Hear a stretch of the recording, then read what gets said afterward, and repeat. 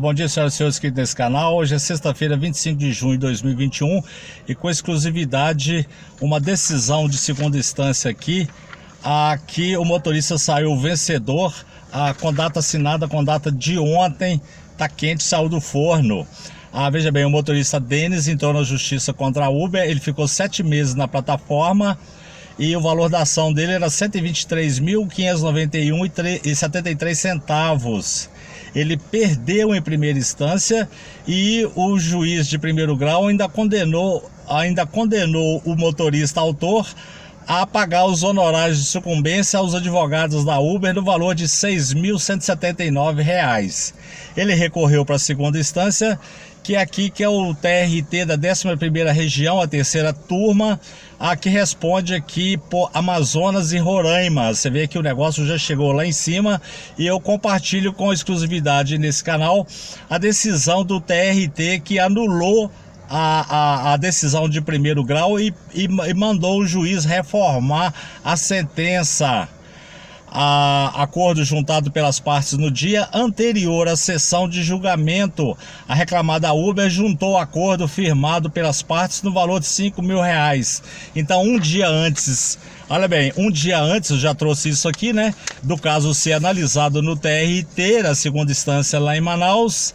A Uber propôs um acordo de R$ 5.000, um acordo irrisório, né? Um valor aí ínfimo, e aí de pronto o TRT recusou o acordo. A análise aqui dos desembargadores é o seguinte: a conduta da reclamada não condiz com o princípio da boa-fé processual, pois atinge a coletividade em geral, uma vez que estamos diante de prática que deve ser rechaçada por todos, com a finalidade de evitar a ocorrência de dumping social, empresarial, previdenciário, fiscal e trabalhista. Aí começou a lascar o pau na Uber aqui, né? Como se não bastasse, o acordo entabulado pelas partes não se mostra razoável, pois no valor de apenas R$ 5.000, o que evidentemente destoa aí muito dos direitos e créditos postulados em juízo. Juntar acordo na véspera do julgamento é, no mínimo, desprezar o trabalho realizado até então. Não é um caso isolado. A reclamada Uber já fez isso em outros processos. Além disso, o acordo inclui fatos e aspectos jurídicos que transbordam o pedido, com o objetivo de fraudar os direitos postulados, porque essa quadrilha da Califórnia, a fraude é com ela mesma. Porquanto a intenção do acordo é extinguir toda e qualquer relação jurídica, tolhendo o trabalhador do direito ao trabalho, o artigo 6º, que foi citado aqui. A rigor, a reclamada Uber busca se valer da fragilidade do trabalhador. Postas tais premissas, não homologo o acordo firmado pelas partes, indefiro, via de consequência, o pedido de suspensão do processo que a picareta da Uber tinha pedido. Considerações: esse contexto de trabalho controlado por sistemas virtuais, já previsto no artigo 6º da CLT, que eu já citei aqui, ganha ainda mais relevo quando a relação contratual é intermediada por plataformas digitais, a exemplo da Uber, nas quais não há figura física do empregador, representando uma quebra de paradigma nas relações de trabalho, mas está aí o algoritmo para poder vigiar o motorista. O trabalho prestado pelos motoristas, pessoas físicas, a reclamada plataforma digital Uber, com pessoalidade, subordinação, onerosidade, não eventualidade e alteridade desta configura vínculo de emprego. Reconheceu aqui os 4 elementos o tribunal aí. O motorista é apenas o instrumento de operacionalização do negócio da parte ré, sendo remunerado por tal serviço. Percebe-se, portanto, que até mesmo na relação empregatícia doméstica não é exigido que haja uma prestação diária dos serviços, sendo suficiente que a ativação seja por 3 dias na semana, por exemplo. Vale ressaltar que os motoristas de aplicativo da reclamada Uber não podem escolher o preço das viagens, trajetos a serem percorridos e quais clientes vão transportar.